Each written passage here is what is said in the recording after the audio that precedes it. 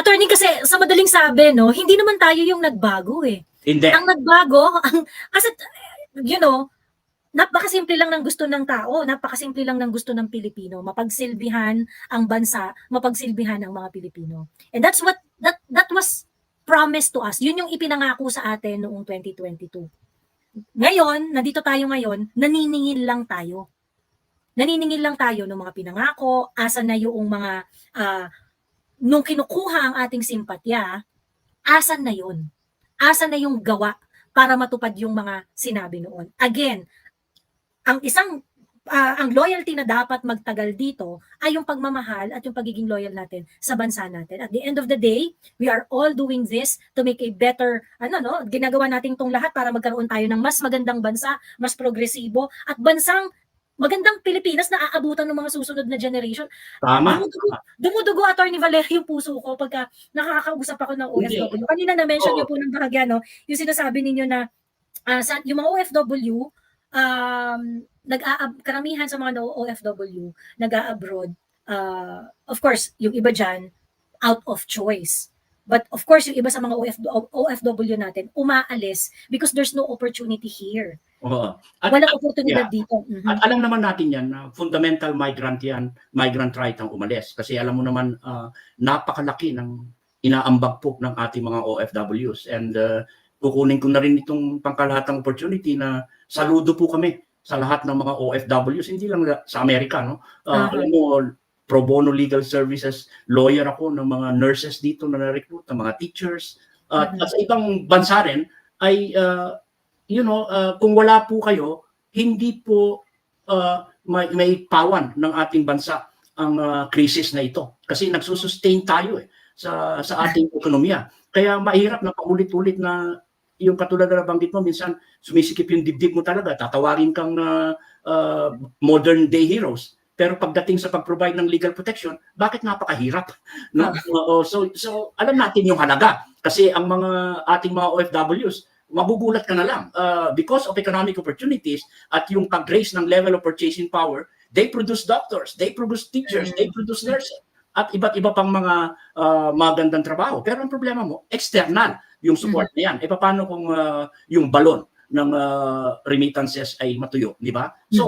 So kinakailangan, yung sinasabi natin, na panawagan nga ng Hakbang ng Maisog USA at buong Hakbang ng Maisog sa Pilipinas, mag-focus po tayo sa ating basic needs. So basic needs approach lang muna tayo. Usapin ng pagkain, usapin ng trabaho, economic opportunities. Kasi isa na yung para tayong kalat sabog. Sabog yung ating pulisiya na iba't issue yan. Pati ba naman yung mayor ng Banban Tarlac, napatulan pa. Kawawa naman yung batang yan. Oo. Sa loob ko, meron siyang tinatagong lihim na naintindihan natin. Kinahihiya niya yung sarili niya, na nilabas na lang niya. Yung top secret niya na emotional and psychological na anak siya sa labas, mabigat yun. Tapos sasabi, meron naman tamang proseso dyan. Meron para, kung gusto niyo sipakin niyo, pero Diyos mo, pati ba naman yan, ginawa niyong espiya ng China. Ang tindi naman ng espiya niyan. Tawa-tawa naman yung niluluto ninyo na ganyan. Pero what I'm just saying is, tayo mga mamayan, mulat tayo, mag-isip tayo, dahil bahagi natin ito. Kinakailangan tayo ay maging agents of change at proteksyonan natin yung mga demokratikong proseso ng ating bansa, yung pag-respeto. Huwag tayong pumayag na yung ating mga karapatan ay tatapak-tapakan na lamang. Tama. At huwag tayong pumayag na yung ating yung ating karapatan na kaya po kami, especially we want the Hakbang ng Maisog New York. Gustong-gusto po namin na yung Hakbang Maisog New York ay maging successful talaga para makita talaga ng ating administrasyon ng gobyernong ito kung ano yung uri ng pagsasama-sama na kayang gawin ng mga Pilipino pag walang nakahadlang, pag walang nanggugurgur. I-welcome natin si Attorney Arnedo Valera. Siya ang presidente ng Hakbang ng Maisog USA and also the chairperson of Sara Duterte Supporters New York. Ayan. So welcome natin si Attorney kasi para malaman natin ano ba yung mga preparation.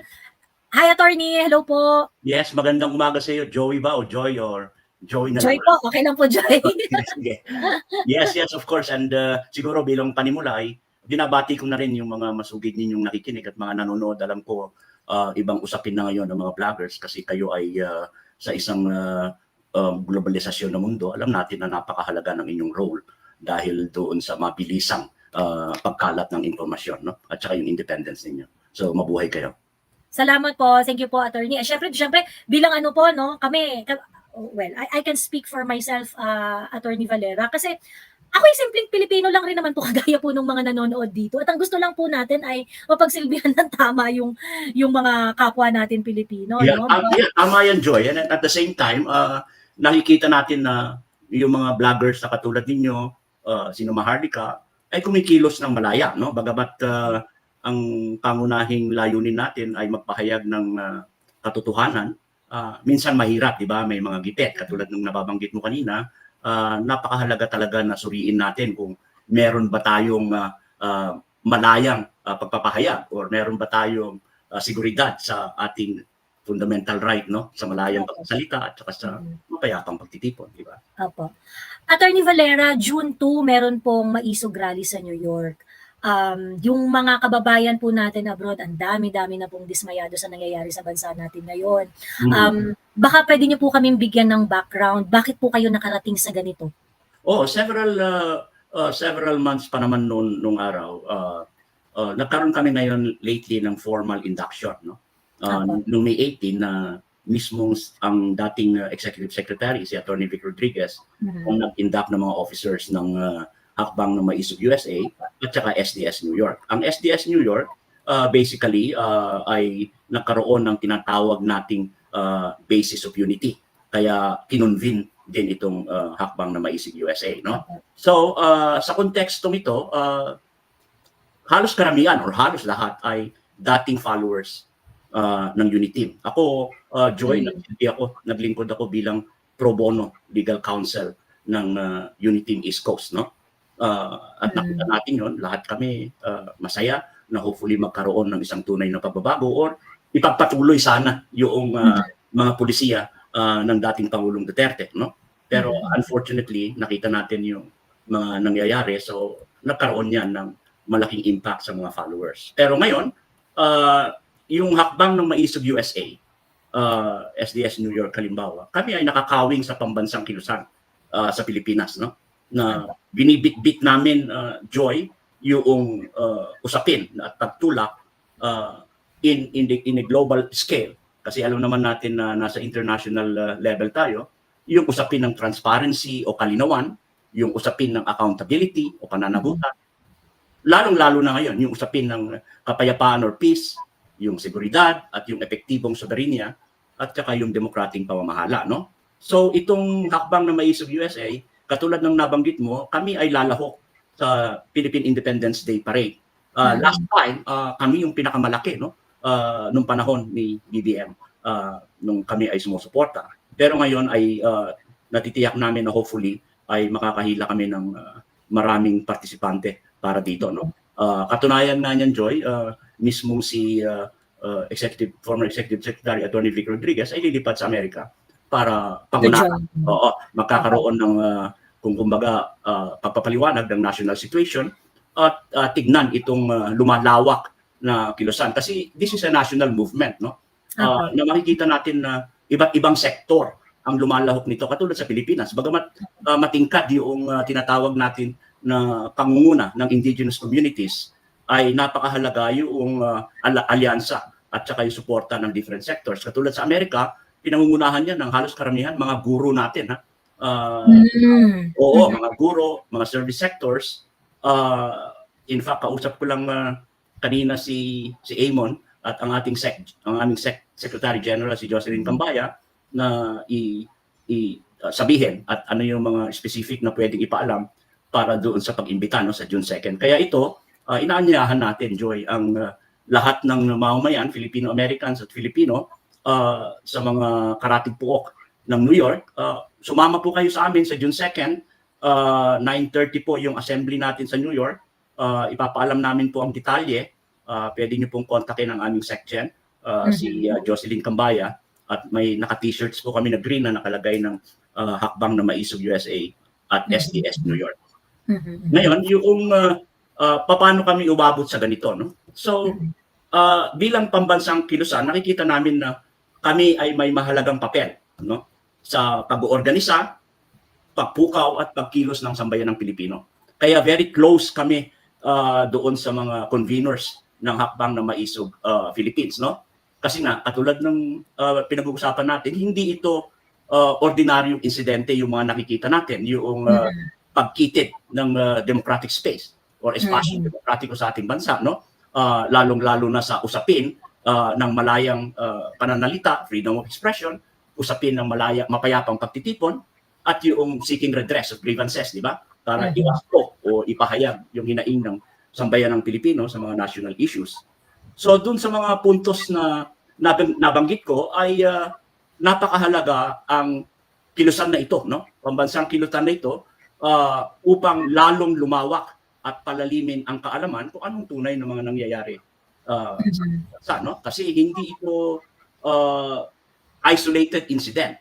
Tulad ng pinapaliwanag mo kanina, Joy, ay nakikita natin yan, yung mga yung pag-suppress or yung mga tinasabi natin na bakit kailangan pahirapan na mag-exercise ng ating fundamental o batayang karapatan sa ating saligang batas, di ba? Kasi ang sa saligang batas at kahit na sa batas na umiiral sa Pilipinas, ang kinakailangan ay i-regulate nila, pero yung karapatan mo na magpahayag, free speech, peaceful assembly, ay isa yan na hindi lang bahagi ng saligang batas, kinikilala yan sa buong mundo. So yung legitimate dissent or legitimate political dissent, basta ginagawa mo yan sa mapayapang paraan, ay dapat yan respetuhin ng ating pamahalaan. So ayun, yun ang mabigat na nangyayari ngayon. Kasi kung titignan natin, suriin natin yung mga fundamental issues, halimbawa na pinapahayag ng Hakbang ng Maisog Pilipinas at na aming ina-adapt, no? Dito sa Amerika. Yung usapin halimbawa ng charter change, no? Yung pabarubal nila sa ating saligang batas dahil dun sa tinatawag nilang People's Initiative na hindi naman organiko yung pinag-ulit. Hindi kong sabihin na hindi organiko galing yun sa Kongreso It's not the grassroots. It's not the will of the people, opo. Tama. So, pero ang pagkaingatan natin dyan, bukod dyan ay meron pa silang creative ways of amending the Constitution. Kasi kung mababasura nga ang People's Initiative, I'm pretty sure na maraming abogado dyan at sasabihin nila, hindi, pwede tayo mag-convene ng Constituent Assembly kasi kontrolado naman natin ang Senado at ang Kongreso, di ba? So yun ang pinakamatindi. Pero bukod doon sa charter change, hindi sapat na sabihin natin at tutulan natin kung itong charter change na ito or itong People's Initiative na ito. Ang pangunahing question pa rin, Joyce, bakit kailangan mong baguhin? Correct. At ano dapat ang babaguhin mo? Ano bang layunin nito? Kasi nagsimula siya sa mga probisyong pang-ekonomiya, no? Economic provisions. Na kung saan ay gusto nilang buksan ng ating saligang batas at yung mga patrimonyang nasyonal or national patrimony and resources natin, kasama na yung infrastrukturang kritikal, ay bubuksan yan sa pagmamay-ari ng dayuhan. So mawawala yung balanse, 100%. Kahit na yung media. Naalala mo yung issue ng Rappler, yung depositary slip. Yung sa PDS nila. Pero ito, pag binuksan nila yan, nandyan yung 100% foreign ownership. So, very dangerous yan sa ating bansa. Nandun na nga tayo sa level na paatras yung economic development natin.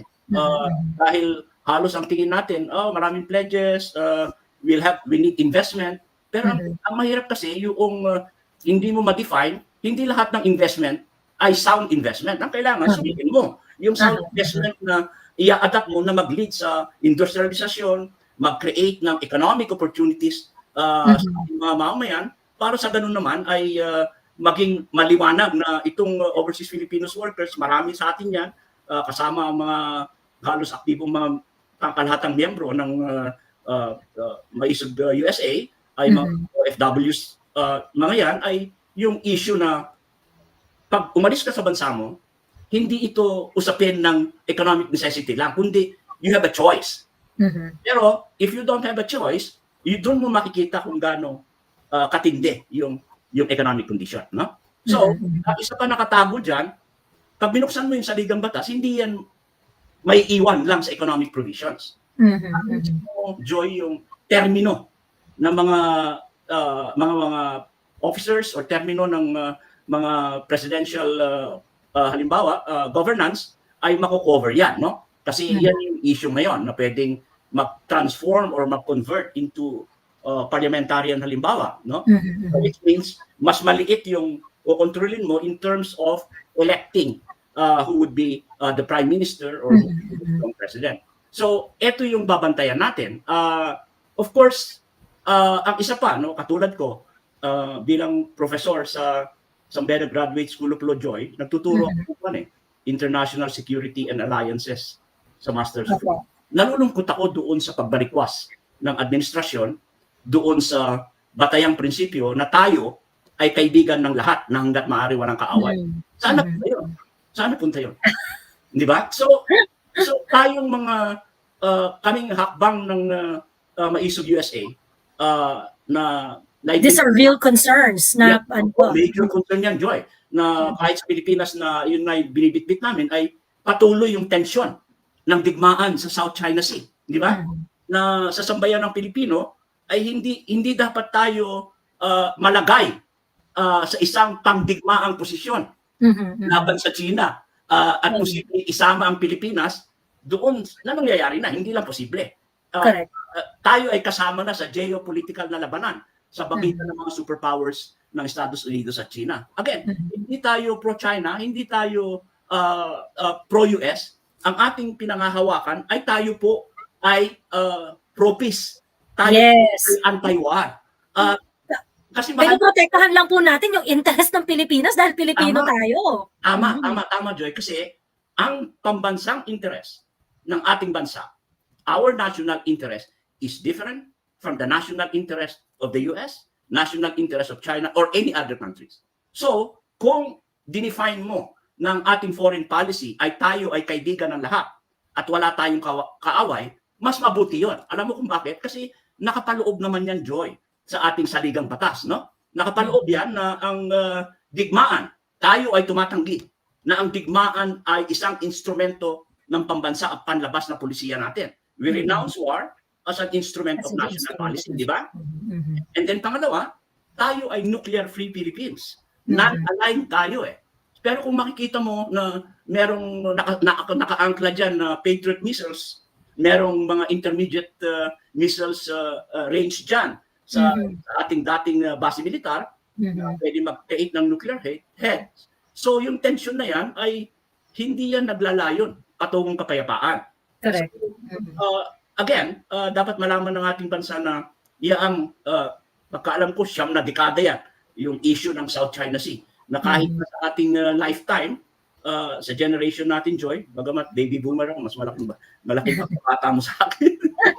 Pero kahit na dun sa next generation, hindi natin mareresolba kung sino ang may-ari ng South China Sea. Correct. Okay, so, kaya tama yung pulisiya ng dating Pangulong Duterte. So you think outside of the box, tignan mo kung ano yung possibility na merong business arrangement at pakinabangan yung mayaman na resources sa South China Sea either by bilateral agreement or multilateral agreement for the benefit of mankind. Hindi lang Pilipino, no? Kasi hindi tayo pwedeng nga pumaloob sa tinatawag natin na tensyon na ganito. Kasi ang ating pambansang interest, Joy, dapat i-emphasize natin, ang pambansang interest po ng ating bansa ay nakaugat sa kapayapaan, hindi sa digmaan. Kaya nga, di ba? Kaya nga tayo nag-create ng United Nations, yung precursor nito, yung League of Nations, dahil nga ayaw ng mundo ng digmaan. Correct. Yan ang pinakamahalaga. So, anong dapat tignan dito? Well, wala naman tayong ang tinatawag ko, hindi tayo nagkakaroon ng yung tunay na dialogue at talks about these kind of issues, no? Kasi ang dapat tandaan natin, alam mo, binasa ko yung more than 357 pages na yan, Joy, ng arbitral ruling, no? Bilang professor, bahagi ko yan ng aking tungkulin. So, sa kalaunan, ang sinasabi ng arbitral ruling at the end is ang intention at espiritu ng ruling na to ay bumalik po tayo sa negosasyon at diplomasya. So, kasi hindi naman, bagamat it's a good start na invalidate ng 9-dash line na kino-question ngayon ng China, hindi sinabi na tayo ang may-ari ng South China Sea. Kaya mali yung political rhetoric. Oh, because of the arbitral ruling, we are now the owners of the South China. Walang jurisdiction ang UNCLOS para magpahayag kung sino ang may-ari. Kasi any issue ng territorial boundaries at saka territorial ownership, Joy, ay wala yan sa jurisdiction ng UNCLOS. Attorney Valera, bilang isang bilang isang political observer, yung pong propaganda po ng administrasyon tungkol sa South China Sea, ang isa sa mga pinaka-effective na tool ng administrasyon para makakuha ng simpatya sa mga mamamayan, makakuha ng para sabihin na natin po na parang makakuha ng pogi points na ay matapang kami, pinaglalaban namin ng bayan, kaya ganito ini-insist namin West Philippine Sea atin ito. Ayan. So ngayon, if the audience is not critical enough, if the audience is not intelligent enough to examine yung mga pinapakalat ng ilang mga opisyal ng administrasyon at yung ilang mga mga miyembro ng academic community, madadala ka po kasi Attorney Valere, kasi they are trying to make it appear that they are more makabayan than anyone else. Tama 'yon. Nirerespeto natin yung kanilang posisyon, no? Pero himayin natin at suriin natin, no? Na sa aking pananaw, I mean in my personal opinion, ito ay false nationalism, no? So ang ibig sabihin ba ninyo kung sasabihin ninyo na girahin natin ang China, mapapapunta sa atin ng South China Sea? Do we not know the consequences of war? Ilan ang civilians? Libo-libo yan na mamamatay. Mga bata, mga kababaihan natin, no? Na we have to learn lessons from our history. Katulad ng panahon ng Second World War, na tayo ay isang magnet ng attack dahil nga sa presence ng base militar. Dapat matuto tayo sa ganitong issue. Katulad nung nabanggit ko, hindi pa na-exhaust yung peaceful remedies ng diplomacy and negotiation. So, yung kailangan natin palakasin, yung ugnayang pang-ekonomiya. Ito nga yung irony nito, Joy. Yung dalawang nagbabangga ang puwersa, geopolitics, US and China, alam naman natin, di ba, na magkasalungat ang kanilang ideolohiya, no? Bagamat yung ayakap na ang China sa mga capitalist market orientation, pero magkakunggali talaga yan. Because nandoon na yung tinatawag natin bipolar superpower race na sumisingit naman ngayon ng Russia, parang pangatlong superpower. Pero ang sinasabi ko dito, itong mga bansang ito, bagamat magkakaaway, ay patuloy ang pagbulusok ng kanilang commerce and trade relations. Nagnenegosyo, diba? Nagpapadala ng mga ambassador, ng mga Department of State Secretaries para pag-usapan yung usaping ekonomiya, kasi hindi mo mawawalay halimbawa ang pambansang ekonomiya ng Amerika dahil may utang yan, trillions of dollars. Correct. Largest creditor nila ang China. So, kung yung pag-uusap at pagtugis ng kapayapaan, bagamat may competing ideologies, ay nagagawa ng mga superpowers sa isa't isa to manage itong competition na ito, bakit hindi pwede gawin ng Pilipinas? So, para naman pinapakita natin na yung mahina or yung pagtingin sa atin ay napakababa. Hindi tayo pawn. Hindi tayo piyesa na pwedeng i-move kung saan nila gustong i-move. Hindi, kasi hindi po yun ang pambansang interest natin. Kaya, and a lot, sorry, Attorney Valera, no? And I'm so glad that you mentioned that. Kasi a lot of people think na kung kakagatin nyo po kasi yung sinasabi ng administrasyon na ipaglaban natin ng West Philippine Sea, atin iyan, but you are not taking into consideration that you are being a pawn for someone by someone else's, and in this case the interest of of a bigger force. Yun ang kawalan ng respeto sa sarili mo bilang bansa, kasi yung iyong soberanya ay nagiging dependent dun sa utos ng puppet master mo. Diba? Tama yun, Joy. Again, lagi kong binabanggit sa klase ko ito na although abogado tayo, na wired yung utak natin in a different way, pwede nating ipaliwanag yung mga binabanggit mo at himayin para malalong maintindihan ng sambayan ng Pilipino. Yung tinatawag nating i-simplify yung mga knowledge of the law, no? Pagpapaliwanag. Kasi napakahalaga niyan. So, babalikan mo talaga itong binabanggit mo na issue, ano ba talaga ang national interest natin? What is our policy, no? Hindi ba dapat at this point in time, ang kailangan natin itulak ay kapayapaan, hindi digmaan, hindi ba? Yan ang malinaw na nakikita kong panawagan ng maisog, hakbang ng maisog Pilipinas at yung pangkalahatan sa buong mundo na panawagan ng hakbang na maisog USA, hakbang ng Europa, kasi nandun tayo sa crossroads eh. Tayo ay naglalakbay ngayon sa landas na ito na dapat patuloy tayo magkaisa rito at makita natin at suriin natin na wala tayong benepisyo sa geopolitics tension na ito ng mga makapangyarihang bansa, kasi hindi po yan ang ating pambansang interest. Attorney Valera, you mentioned 2 reasons already kung bakit kung bakit nagkaroon ng hakbang ng maisog. First, of course, is itong charter change na pinupush ng Kongreso na hindi talaga natin malaman kung ano talaga yung gusto nilang mangyari dito, and it worries a lot of people. In fact, I wanted to isusundot ko na rin po dun sa inyong punto na number 1. Yung insult na po kasi na ginagawa nila sa sa mga mamamayan, na yung walang habas na pagbibigay ng ayuda in order to get the consent of the people na magkaroon ng charter change. Tama. Isa rin sa nakakarimarim yan. And then yung number 2 po na mention ninyo is yung ito nga po nang nangyari dun sa polisiya na friends to all, enemy to none. Ngayon, nilalagay tayo ng ating Pangulo contrary dun sa mga pinangako niya nung eleksyon, contrary dun sa mga sinabi niya sa atin nung eleksyon. His stand now in the regional peace of Indo-Pacific region is totally opposite of what he promised to do. And so, oo, tama. At malinaw na paglabag sa ating saligang batas. Kasi nasa Declaration of Principles yan na we are renouncing war as an instrument of national policy.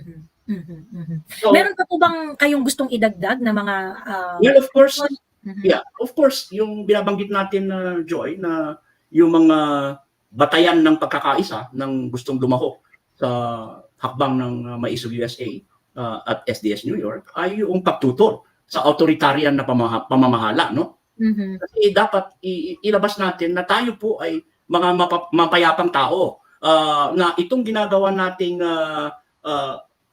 pagbigkas ng ating mga karapatan sa isang malayang pananalita at mapayapang pagtitipon, kung ito ay kinikitil, ay hindi po tayo nakapaloob sa demokrasya. Tayo ay nasa isang authoritarian na pamahalaan. Ang prinsipyo ng demokrasya ay kung papaano natin pagtibayin ang mga karapatang pantao katulad ng nabanggit ko, no? Of course, isa rin sa mga layunin na napag-usapan ng grupo namin sa Amerika, alam mo, nagkataon lang, Memorial Day weekend dito sa Amerika, no? Mahabang bakasyon to. Ito yung araw ng aming paggunita sa kabayanihan ng sandatahang lakas. Kami rin, no, bilang bahagi sa Pilipinas, ay nabibigay-pugay kami at mataas na pagpupugay at respeto ang pinapaabot namin sa mataas na buong sandatahang lakas ng Pilipinas at ang ating mga kapulisan, na lalo nilang pagtibayin na sila ay mahalagang haligi at matibay na institusyon ng ating demokrasya. Mahalaga po sila, no?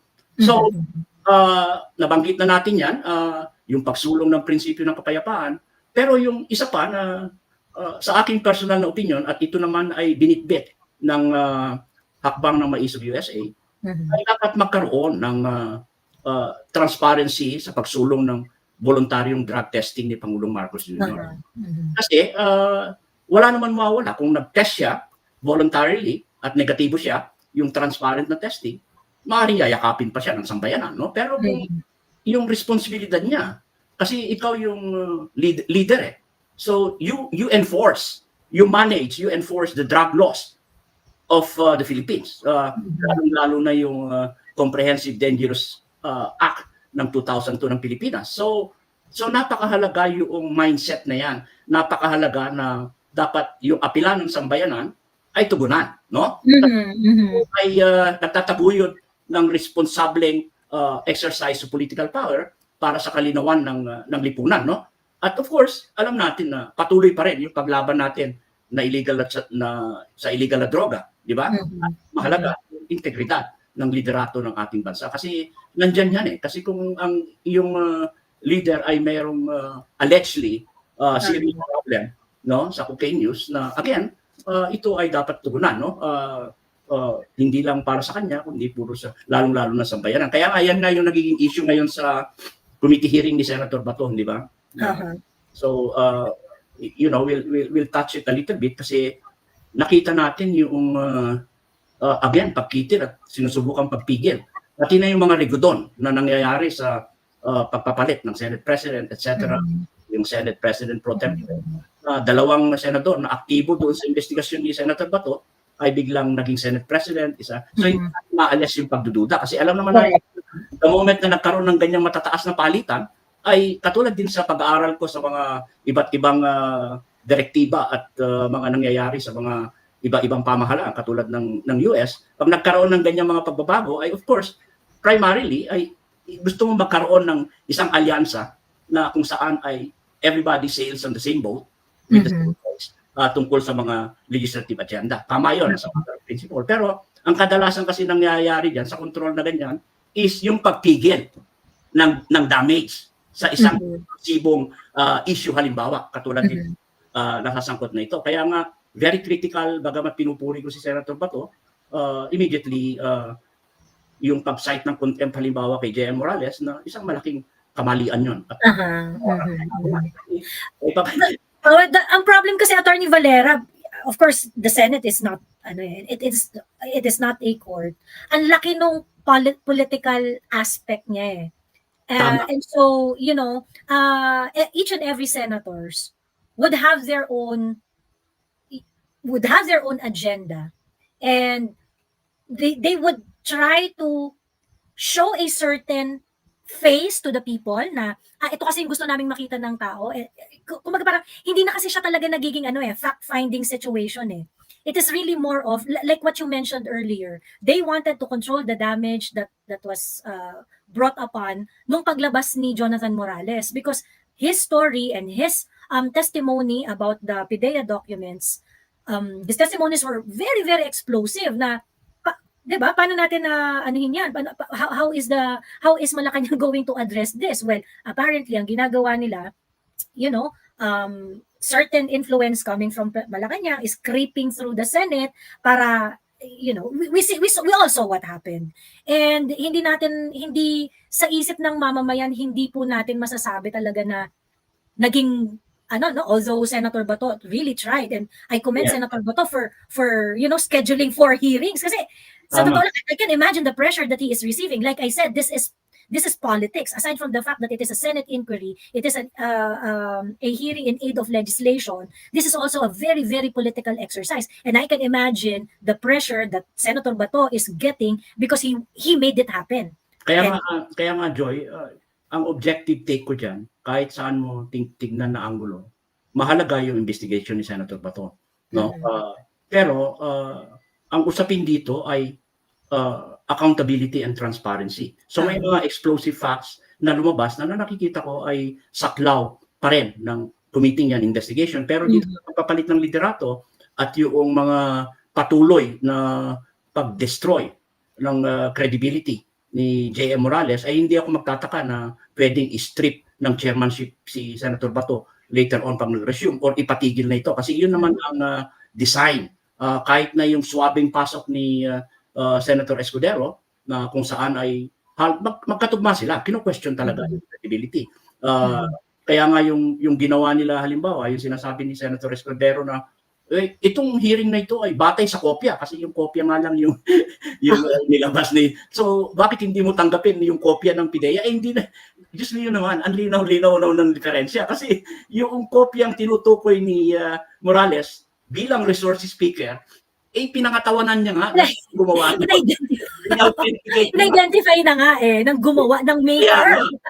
Pirma ko po yan, akin yan. Lang, ang problema, yung original nawawala, nasa PIDEA Ngayon, yung isa naman, sabihin niya, kopya yung personal data sheet. Tama, kopya yun. Pirma ko yan. Pero nasaan yung mga ibang papel? Kasi hindi naman ako tatanggapin na agent ng PIDEA kung ako ay may sala. Kung ako ay hindi na-clear. Sila, hawak yun ng PIDEA. So, magkaiba yun. Magkaiba yung context na yun. Pati na yung, kaya nga, tinuligsa natin ang ating kaibigan na si Senator Bato, bagamat sinasabi mo nga na ginagawa na yun, hindi mo pwedeng i-cite in contempt yung resources speaker mo, Joey. Kasi yun ang batayan mo The moment na sinite mo in contempt yung resource speaker mo, sinira mo at in-undermine mo yung credibility ng committee mo. Magkaiba naman yung kanilang cite in contempt ni Picoy. Si Picoy, halatang kumbaga sa teleserye ng mga Koreano, ito yun. talagang sinasabi niya katang-isip Katang nangyari, hindi naman Oo. katang-isip yung kay Tatay. Mhm. Anyway, iyan yung mga sinasabi natin na bahagi ng aming layunin ay yung Oo. pag sinusulong mo ang katotohanan, ang accountability, transparency, ay tignan natin lahat ang mga taong nabanggit sa hearing na yan. Kasi Correct. kahit na yung mga matataas na opisyal na wala naman sa political chain of command. Ang sinasabi ko is yung walang karapatan na mag-exercise ng political power kasi hindi naman sila halal ng bansa. So yun yung mga mahalagang layunin. Kaya nga bilang pambansang kilusan, Joey, ay dapat ipagpatuloy lang natin, manatili tayo na lumaban ng mapayapa, no, sa ating mga karapatan. Ito ay para sa hindi na to para sa atin, Joey, no, kundi sa mga next generation and the next generation to come. Isipin mo, we are now in the 21st century. Pinag-uusapan natin ang mga pangunahing suliranin, cyclical problems, Totoo po. tubig, pagkain, hanap buhay, pambansang soberanya, tapos maraming matatalino sa ating bansa. Pero ba't gano'n? Bakit nagfo-focus tayo? Bakit nawala tayo sa focus, no? We have eye on the ball doon sa pangunahing suliranin ng ating. Ano yan? Ayan at yung tulak ng maiso. Pagkain, hanap buhay, kapayapaan, soberanya. So nakatayo kami sa ganyan. So kung ang buong kapuluan, kahit na saan po kayo naroon, kung anong nasyon po kayo ay magtatag po kayo, magtayo po kayo ng hakbang na maisog, no?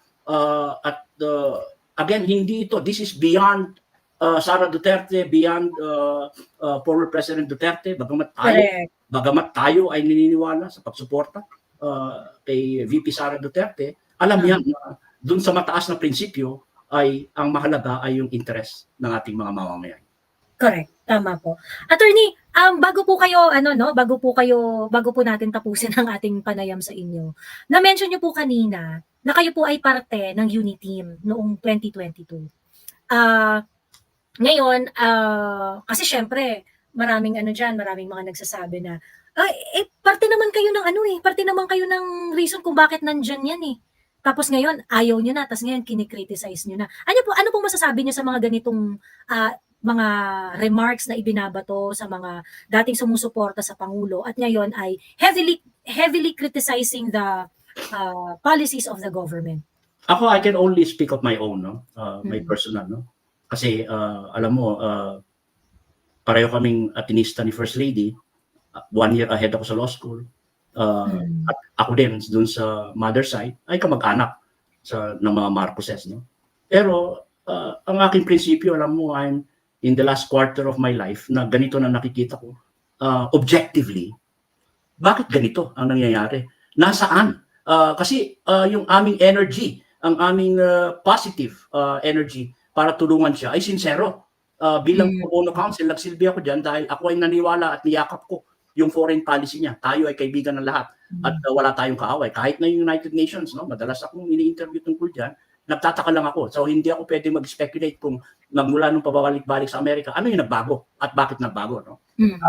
Again, yung karapatan ng isang mamamayan, tumulong tayo, pero yung pagtulong natin upang iluklok sa kapangyarihan ang isang liderato, hindi po yan dapat tumigil sa ating batayang karapatan na magbigay ng konstruktibong kritisismo sa mga pulisiya ng ating pamahalaan. Kasi ang loyalty po natin dapat ay hindi sa tao. Ang ating pong tignan ay ano ba ang po pwedeng mangyari dapat o ano ang nararapat na mangyari sa ating bansa. So, wag po nating tignan yan na yung sinasabi natin, sumuporta kayo nag-criticize. Well, kahit nung sumusuporta kami, meron kaming mga policies na pinopromote, no? Halimbawa ako, Joey, nagpro-provide ako ng free legal advice sa mga victims ng domestic violence, labor and human trafficking, discrimination. At yan ay pinapaabot natin sa bagong created na agency ng Department of Migrant Workers. Consistent ako dyan for the last 5 years, no?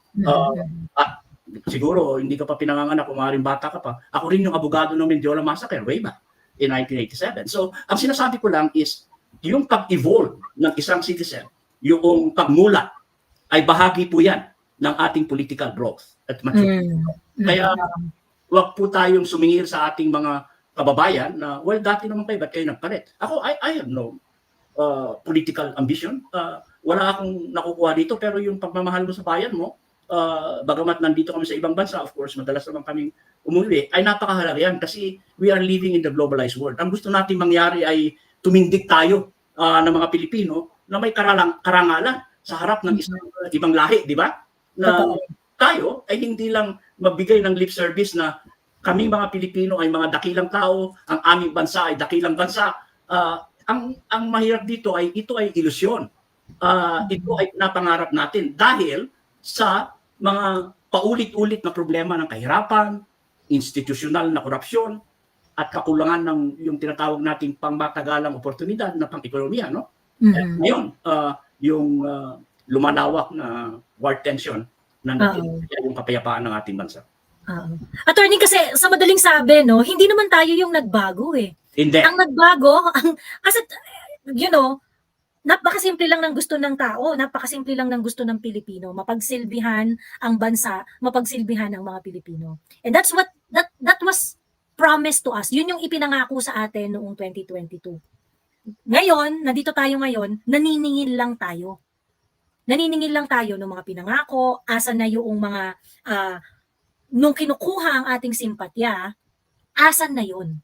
Asan na yung gawa para matupad yung mga sinabi noon? Again, ang loyalty na dapat magtagal dito ay yung pagmamahal at yung pagiging loyal natin sa bansa natin. At the end of the day, we are all doing this to make a better, ginagawa natin tong lahat para magkaroon tayo ng mas magandang bansa, mas progresibo, at bansang magandang Pilipinas na aabutan ng mga susunod na generation.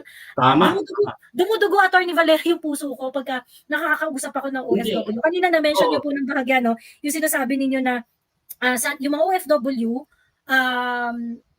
karamihan sa mga OFW nag-a-abroad, of course, yung iba dyan, out of choice. But of course, yung iba sa mga OFW natin, umaalis because there's no opportunity here. Walang oportunidad dito. At alam naman natin yan, fundamental migrant yan, migrant right ang umalis. Kasi alam mo naman, napakalaki ng inaambag po ng ating mga OFWs. And kukunin ko na rin itong pangkalahatang opportunity na saludo po kami sa lahat ng mga OFWs, hindi lang sa Amerika, no? Alam mo, pro bono legal services, lawyer ako ng mga nurses dito na na-recruit, ng mga teachers, at sa ibang bansa rin, ay, kung wala po kayo, hindi po may pawan ng ating bansa ang krisis na ito. Kasi nagsusustain tayo sa ating ekonomiya. Kaya mahirap na paulit-ulit na yung katulad na nabanggit mo, minsan sumisikip yung dibdib mo talaga, tatawagin kang modern day heroes. Pero pagdating sa pag-provide ng legal protection, bakit napakahirap? No? So alam natin yung halaga. Kasi ang ating mga OFWs, magugulat ka na lang. Because of economic opportunities at yung pag-raise ng level of purchasing power, they produce doctors, they produce teachers, they produce nurses, at iba't iba pang mga magandang trabaho. Pero ang problema mo, external yung support na yan. Paano kung yung balon ng remittances ay matuyo, di ba? So kinakailangan yung sinasabi natin na panawagan nga ng hakbang ng maisog USA at buong hakbang ng maisog sa Pilipinas, mag-focus po tayo sa ating basic needs. So basic needs approach lang muna tayo. Usapin ng pagkain, usapin ng trabaho, economic opportunities. Kasi isa na yung para tayong kalat sabog. Sabog yung ating pulisiya na iba't issue yan. Pati ba naman yung mayor ng Banban Tarlac, napatulan pa. Kawawa naman yung batang yan. Sa loob ko, meron siyang tinatagong lihim na naintindihan natin. Kinahihiya niya yung sa sarili niya, na nilabas na lang niya. Yung top secret niya na emotional and psychological na anak siya sa labas, mabigat yun. Tapos sasabi, meron naman tamang proseso dyan. Meron para, kung gusto niyo sipakin niyo, pero Diyos mo, pati ba naman yan, ginawa niyong espiya ng China. Ang tindi naman ng espiya niyan. Tawa-tawa naman yung niluluto ninyo na ganyan. Pero what I'm just saying is, tayo mga mamayan, mulat tayo, mag-isip tayo, dahil bahagi natin ito. Kinakailangan tayo ay maging agents of change at proteksyonan natin yung mga demokratikong proseso ng ating bansa, yung pag-respeto. At wag tayong pumayag na yung ating mga karapatan ay tatapak-tapakan na lamang. Tama. At wag tayong pumayag na yung ating yung ating karapatan na kaya po kami, especially we want the Maisog, Hakbang ng Maisog New York. Gustong-gusto po namin na yung Hakbang Maisog New York ay maging successful talaga para makita talaga ng ating administrasyon ng gobyernong ito kung Tama. ano yung uri ng pagsasama-sama na kayang gawin ng mga Pilipino pag walang nakahadlang, pag Mm, walang nanggugurgur. tama. So, Eh, tama mhm, yan, Joy. Kaya nga, uulit-ulitin natin na tayong lahat, kahit saan sulok tayo ng daigdig, tayo ay tinatawag natin bahagi ng pagmulat ng kaluluwa ng mga Pilipino. Yan ang ating role. Binubuhay natin yung ating angking likhang tapag, no? In a good way. Hindi yung banat ka lang ng banat na pekeng nasyonalismo, pinapakita mo yung tapang. Hindi. Tayo, ang pangunahin natin, tayo ay masiglang mga disipulo ng mga mapayapang panlipunan at pampulitikang correct. pagbabago sa Pilipinas. Hindi tayo po pwedeng mag-guide ng ating emosyon. Walang nawawalang teritoryo sa Pilipinas. Patuloy na nilalaban natin yan. Pero at this point, ang napakahalaga po ay sundin natin ang espiritu ng arbitral ruling, balikan po ang diplomasya at negosasyon. At tignan po, think outside of the box para matuli at magkaroon ng kahit na panandili ang solusyon, goodwill gestures para maisip itong tension sa South China Sea. Attorney Valera, imbitahan niyo po yung ating mga kababayan para po sa June 2. Okay, para sa lahat po, no, yung mga pwedeng dumalo po, pwede kayong sumama sa Hakbang na Maisog USA and SDS group sa June 2 po. Tayo po ay paparada, bit-bit po natin ang mga mahalagang issues ng ating bansa na naka-placards, may mga statement tayo at ang ating pangunahing panauhin ay si dating former Executive Secretary Vic Rodriguez. And mamaya ay makikipanayam ko po si Maharlika, ang ating kaibigan, at patuloy din kayo mag-imbita. Hopefully, siya ay makadalo rin, no? Oo nga po para talagang maging explosive po ang event, no po? Hindi, pero alam mo, ang mahalaga dito is yung it gives yung nakakataba ng puso na makita natin na merong indikasyon ng matibay na pagkakaisa. Basta kahit na issue-based tayo, hindi naman tayo kailangan padala ng emosyon. Alam natin na ang kada individual may sariling way yan of expressing and conveying his or her protest. Hindi ba? Nagagalit, nagmumura, respetado natin lahat yan. Pero mahalaga, magkaisa tayo na lahat ito ay bahagi ng ating political proseso at pag-engage sa publiko upang malaman nila kung ano nangyari. Lalo-lalo na sa Amerika. Kasi halimbawa, ako as a peace activist, as an anti-war activist, bakit ko naman papayagan na yung aking buwis, yung tax na binabayad ko ay isasalang lang sa gera? Hindi, dalhin nyo na sa mga domestic priorities. Ganyan din sa ating bansa, no? Ito ang pinakamahirap ngayon sa ating bansa kasi hindi ko nalilito ko sa direksyon. Iba't ibang national issues ngayon yung kanilang pinagtutuunan ng pansin, parang may iniiwasan, no?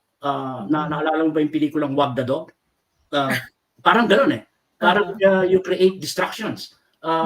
So, bahagi po yan ng ating role na pag tayo ay tumutugis ng katotohanan, alam natin na napakahirap po yan. Pero sa isang nagkakaisang mamamayan, nagkakaisang isipan ay at the end of the day, we will be successful kahit na hindi mabilisan. No? Ang mahalaga po ay kumikilos tayo. Correct. Opo. Sabi ko nga, yung iba kasi nagsasabi, yung ibang mga kababayan natin, no? O pagka nag-rally kayo, anong mangyayari? O pag nagano kayo, anong mangyayari? Pagka anong next niyan?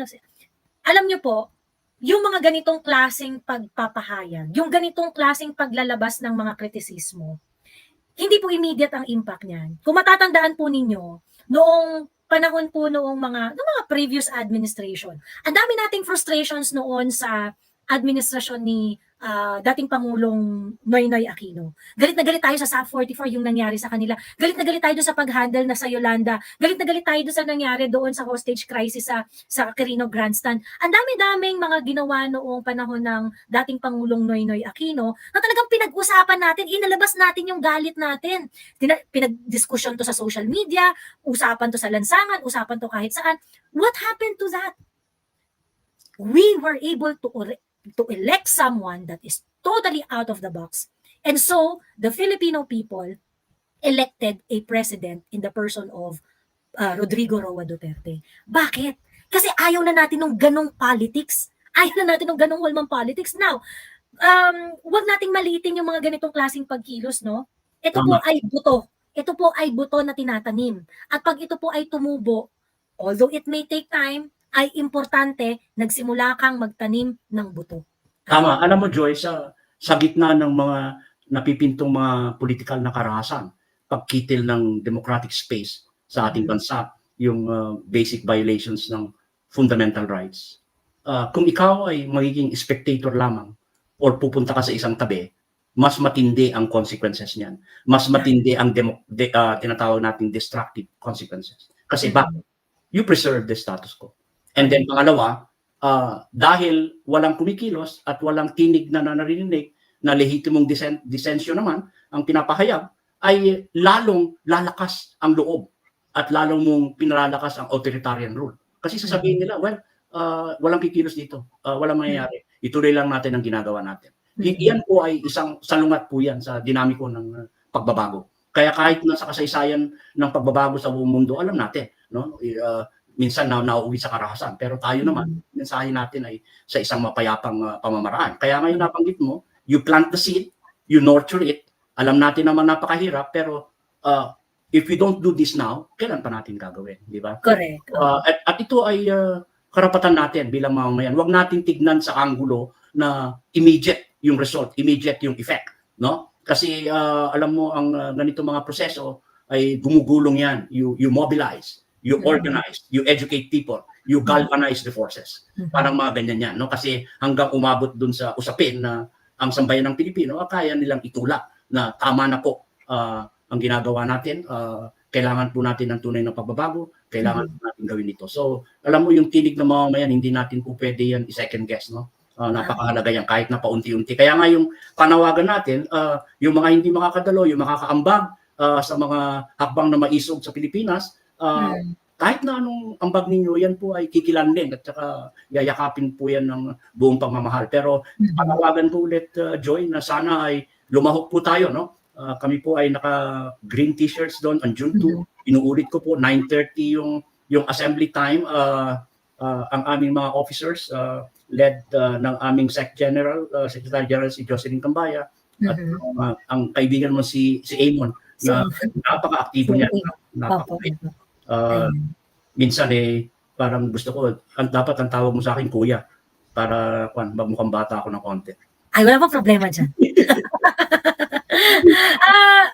Attorney Valera, si Jocelyn, ang Secretary General po ng Maisog, New York, ay si Ma'am Jocelyn Cambaya. Ito pong nasa, ano po natin, ano? Oo, nag-usap na kami niyan, at saka yung committee ng Hakbang na Maisog USA, tsaka SDS, katulad ng nabanggit ko, very professional sa mga teachers. Kaya magugulat ka na lang kung gaano ka-systematic, gaano ka-organized, kaya mahusay sila sa ganyan, and makipag-contact lang yung mga interesado. I hope you will join us kasi makasaysayan po ito, no? Tayo po ay malaking bahagi at saka mahalagang bahagi po ng Hakbang na Maisog Pilipinas Movement. Maraming salamat po, Attorney Valera, at hangad po namin na magtagumpay ang Hakbang ng Maisog, New York. Excited po kami dyan kasi lalo na po ngayon, mainit ang sitwasyon dito sa Pilipinas. It's very, very difficult to mount a Maisog rally here. Napaka-primitibo nung problema namin dito. So, sana po magtagumpay po kayo dyan. Pinapanalangin po namin na maging mapayapa at matagumpay ang pagkilos ng Hakbang ng Maisog, New York. At ang mga susunod pang Hakbang ng Maisog, magkakaroon rin ng Hakbang ng Maisog sa Japan. May date na rin yan, June 8. Sa Hong Kong, ino-organize na rin, at sa Taiwan. So, antabayanan po natin yung mga susunod na detalye para dun sa mga yun. Maraming salamat, Attorney Valera. Sana po makasama po namin kayo next time para pag-usapan naman yung iba't ibang mga yung mga marami tayong pwede pag-usapan. Alam kong medyo maiksi ang ating panahon, pero marami tayong panahon dyan, Joy. Salamat muli sa pagkakataon, talagang sa ngalan ng Hakbang ng Maisog USA at SDS New York. Thank you for helping us invite people para dumalo at makasama namin sila sa Philippine Independence Day Parade, June 2. Doon po, 9:30 ng umaga sa New York. Nandyan po ang Hakbang ng Maisog USA. Parada po kami dyan at ng SDS New York. Ang ating bisita po ay si former Executive Secretary Vic Rodriguez and of course si Mahardika. Maraming salamat. Thank you very much, Attorney Valera. Okay. Sorry, sir. Ayan. Maraming salamat po, Attorney Valera. Okay, Joy. I'll see you soon. Bye-bye. Okay, see you soon. Bye.